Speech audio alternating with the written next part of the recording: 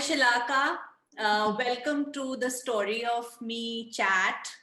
Your story matters. And in this, we speak with people who have done pioneering work in the field of leadership and in inspiring women and generally people.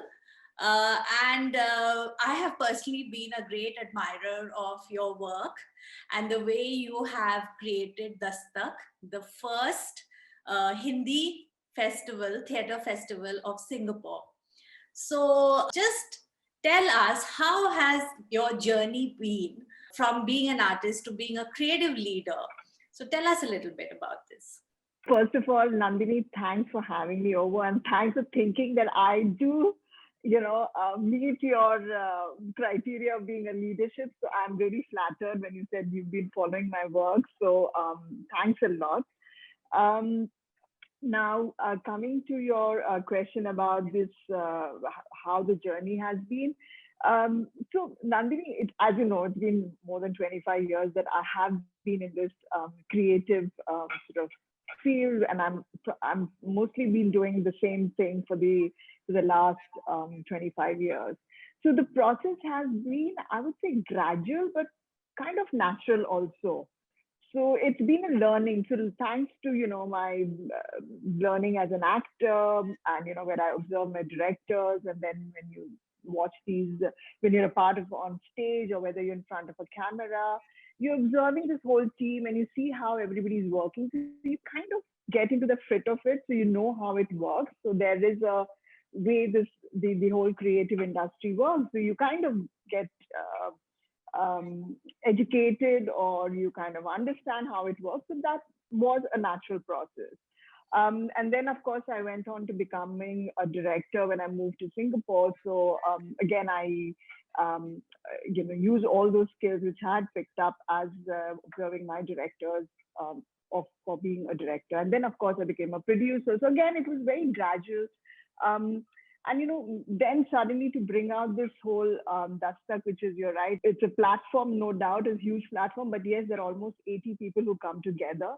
So I think, again, that was all thanks to the planning and discipline and everything, and putting all my experiences in that and making it work. I think, yeah, and the whole idea of Dastak is to give a platform to these people who are aspiring to do something in the creative field. That was the whole idea. I've been in Singapore now for close to 14 years. And when I moved here, I knew there was a slight lull for people. See, if you have, because I've been a full-time actor and then a director, but not everybody's privileged to do that, because it is difficult. But I saw there were a lot of unfulfilled dreams, and there was a lot of talent in Singapore. There was a lot of these people who, I could see they have the skill to do it, but obviously, where do they showcase it other than, probably, in a party or a, family gathering, and and you can see they're dying to do something and show their skill. So I think this whole idea of meeting so many people and saying, I got married, I couldn't do this, and this happened, work happened, I went to banking, I went to this. Yes, but there is that unfulfilled thing about me which has not happened. And I think that was the whole idea to, why not give a platform to those people? And I could completely feel it because I've been in this industry. So I knew why they're saying that. I said, why not give these people, whether it's a writer, director, or actor, a platform? And that was the whole idea of, creating this whole space for them. And that's how it took birth. Yeah. So yeah, it's been a gradual process, natural process, and also thanks to my background, because I come from an armed forces background. So, things like discipline and things were already instilled in us, and for a leadership college, you need that discipline. Without discipline, you can't do anything. And with discipline comes planning, it comes trust, comes teamwork. So yeah, it's kind of, if you follow that, I don't think you'll go wrong. Yeah. Thank you for that. But this kind of work, which is in the, getting so many people together and getting them to perform and give their best, needs, in my view, an amazing amount of leadership skills, amazing amount of ability to connect with people and manage their energies. So how do you keep yourself, going, given the fact that you have to do all of this in the back end, and everyone watches the final product, but rarely there's an appreciation of how much work goes on in the back end. How do you kind of energize yourself? I think it's it all starts with creating that trust with your team. So yes, there is a lot of input from my end, and I do believe that anybody who comes as a team, I tend to meet them, and I love to talk to them and understand where they are coming from and what. So yes, there is a lot of legwork, or there is a lot of emotional, I have to put in a lot in that way. But I kind of, Nandini, for some strange reason, I enjoy it because I just feel there's a different energy which is I'm bringing on the team. And, they come with all these different energies, whether it's a young person, it's a slightly older person, they come on board and bring there's a lovely vibe to the whole thing. There's a lovely vibrancy. And I think that keeps not only me but the whole team alive, bringing in ideas, and it's all creative ideas. Even if you're having differences, they're creative differences. We're trying to sort it out, and they're crisis, and half the time we are doing firefighting the whole thing, because lots of crises will come in.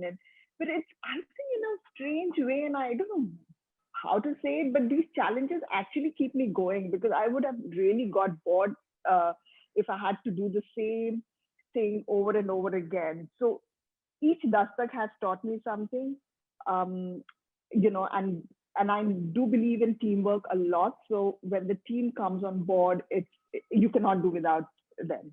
So if you think that it's only me, no, it's not. It's the team which comes on board, and they are the ones who are working, and we are all working together on that. And that's what drives the success of anything.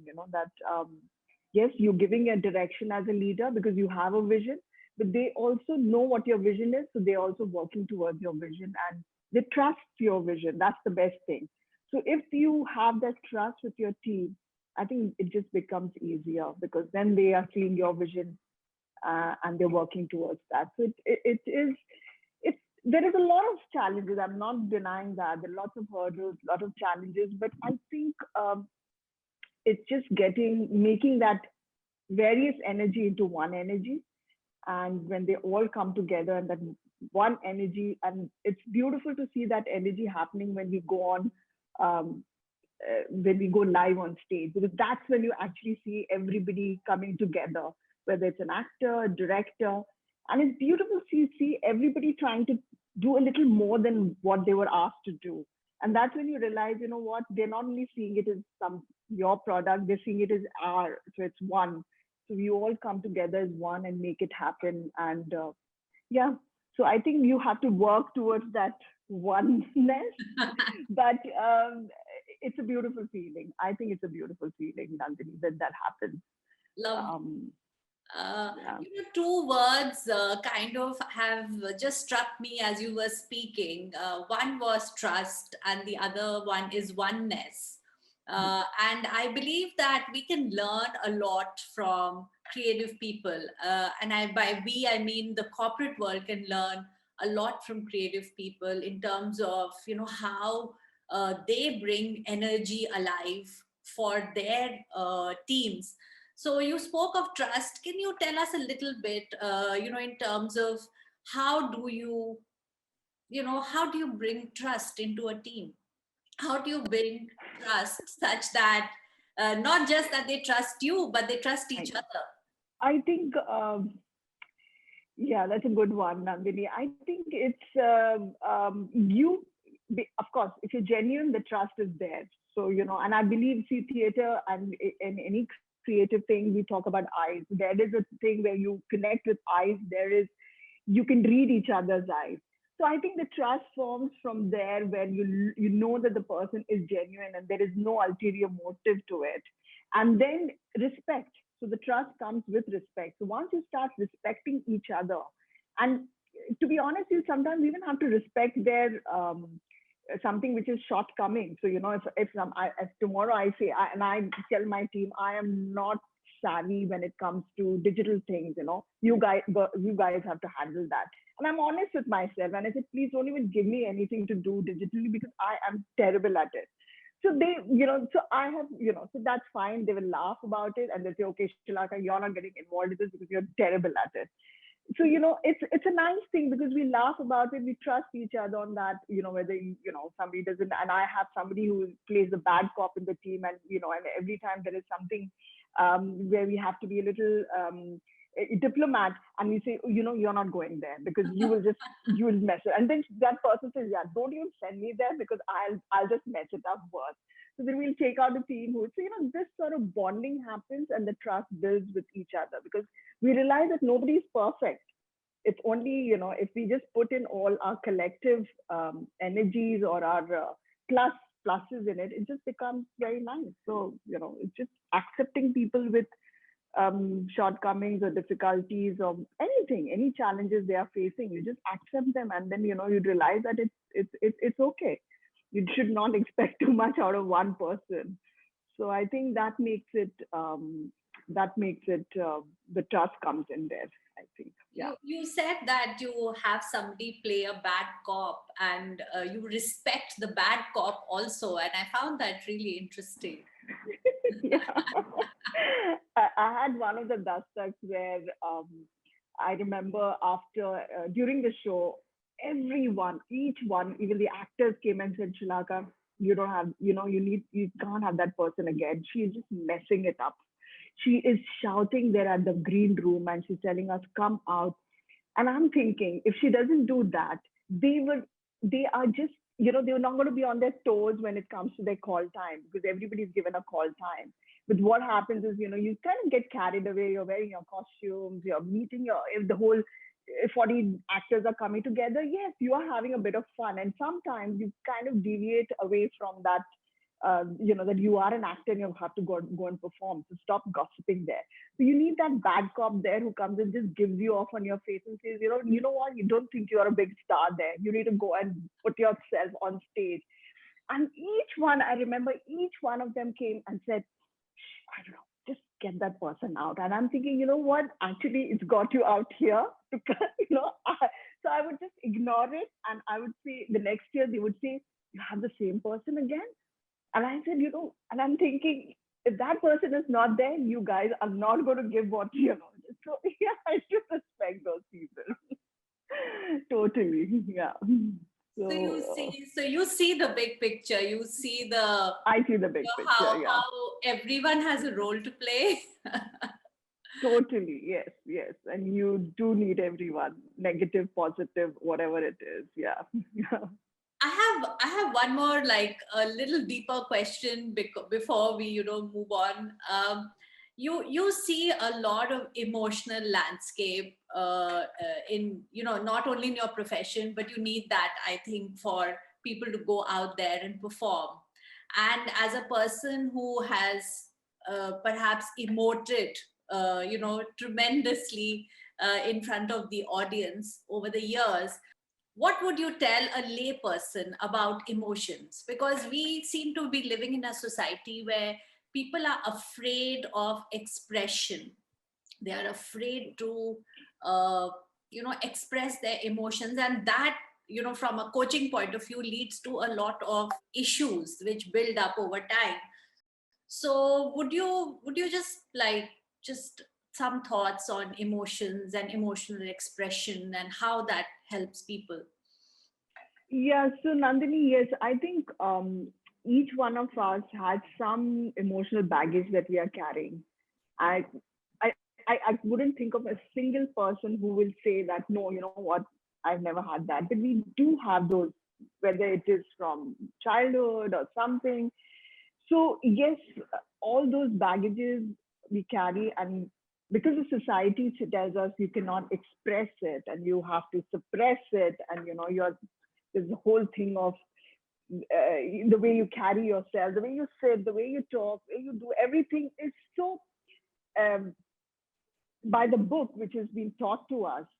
And And that's the first thing we tell when I do my classes, and I say, you know, the moment you walk inside that door, you leave that personality of yours out. I don't want to see that artificialness. When you walk in, you be a neutral person. So we go through these lot of exercises. We bring the actor back to neutral, um, and then we start building up on their emotions.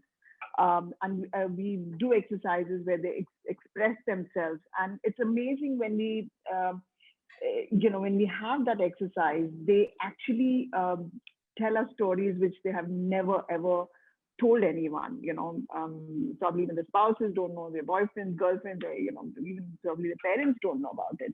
So we do go that exercise, and they realize that once they actually let go of that, then performance becomes very easy because you've literally let yourself, you've just, you know, we call it like going, you know, you're almost nude, you've gone nude in a way, emotionally nude. Yes. And that emotional nude is needed because the society has just kept us in that whole thing. And whether we are in a relationship, we are in a marriage, we are in a friendship, we are just following that norm. And we need to break that norm. And yes, you're right, it becomes very difficult to express yourself. And it's not easy. So yes, you do need to go through a bit of maybe coaching, or you know, go to uh, and for theater it has to, because we do that a lot, and that's how it grounds a person also. And we call it a grounding sort of exercise where, you know, they let go of this baggage, and it works.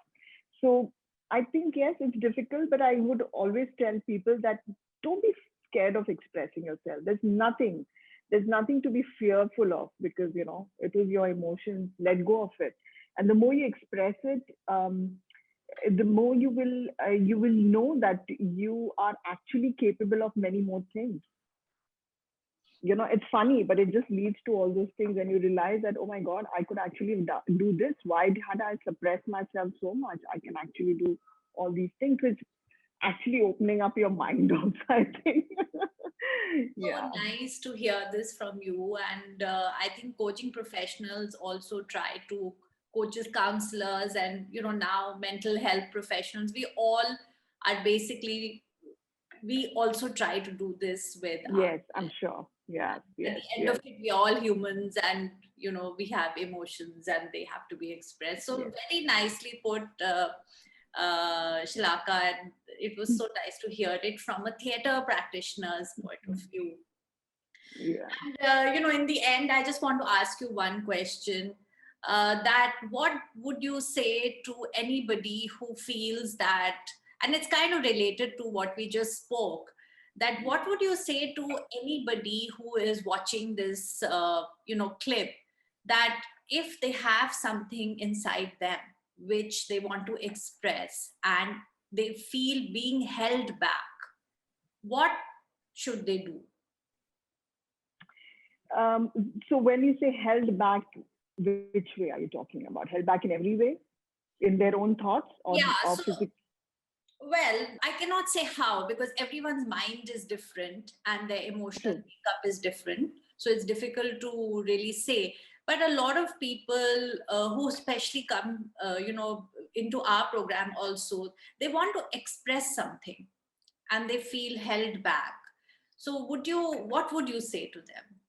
I think, you know, whether it's a dream that you want to express, or it is some anything you want to express, um, and okay, there's never a right or a wrong time to express. So I would say that if you're planning to do something, or it's a dream you want to share, or something you want to express, do it now. Don't wait for the right moment, because the right moment is now. There's never a wrong moment, whether it's COVID times or whatever it is. Do it now and work towards that dream or that expression which you have expressed. It could be just saying that I want to go and, you know, I want to take up more reading or physical, you know, just I want to pick up books, and it's been ages since I've read because I don't get the time. And this whole thing of not having time, I just do not agree with it, because it's your priority. So where are you prioritizing yourself? So, you know, so put yourself in the priority and see what takes priority. Maybe this, your reading book takes reading, just reading takes priority number one. So give yourself that time, and you deserve it. There is nothing to feel guilty about it, or there is, or you feel that you're feeling selfish about it. Nothing. So I think you need to take that step now, whatever you want to do, or whether you want to express, or you want to go there, or you want to do something. And it might sound even very small, or you might think, oh my God, it's not relevant. But honestly, it's very relevant to you. You just, again, you're suppressing that, right? You're just suppressing that, and you think, no, it's not, it doesn't matter. You know what? It doesn't matter. It's not relevant to my family. It's not relevant to my children or whatever. No, it's relevant to you, and you want to do it. So please, you have to give that time for yourself to do it. And don't think too much. That's all I say. Sometimes it's good to go by a gut feeling. Yeah, just go for it. Yeah. Thank you so much. Shalaka, I could keep speaking to you for another 1 hour, but we will call this, we will just, what do you call it? Yes. Cut this. Yes. No, Today, Nandini, we can always catch up again and talk separately on this. And I'm sure you have beautiful experiences, Nandini, with your life coaching, which you should share with us as well. So I would love to hear your stories as well. So maybe, yes, we'll catch up next time and hear all about that. Yeah. But thank you so much. I loved it. It was enjoyable. It was really fun having a chat with you. Thank you. Thanks a lot, Shalaka. I'm sure we've all learned a lot from this. Yeah, thank you.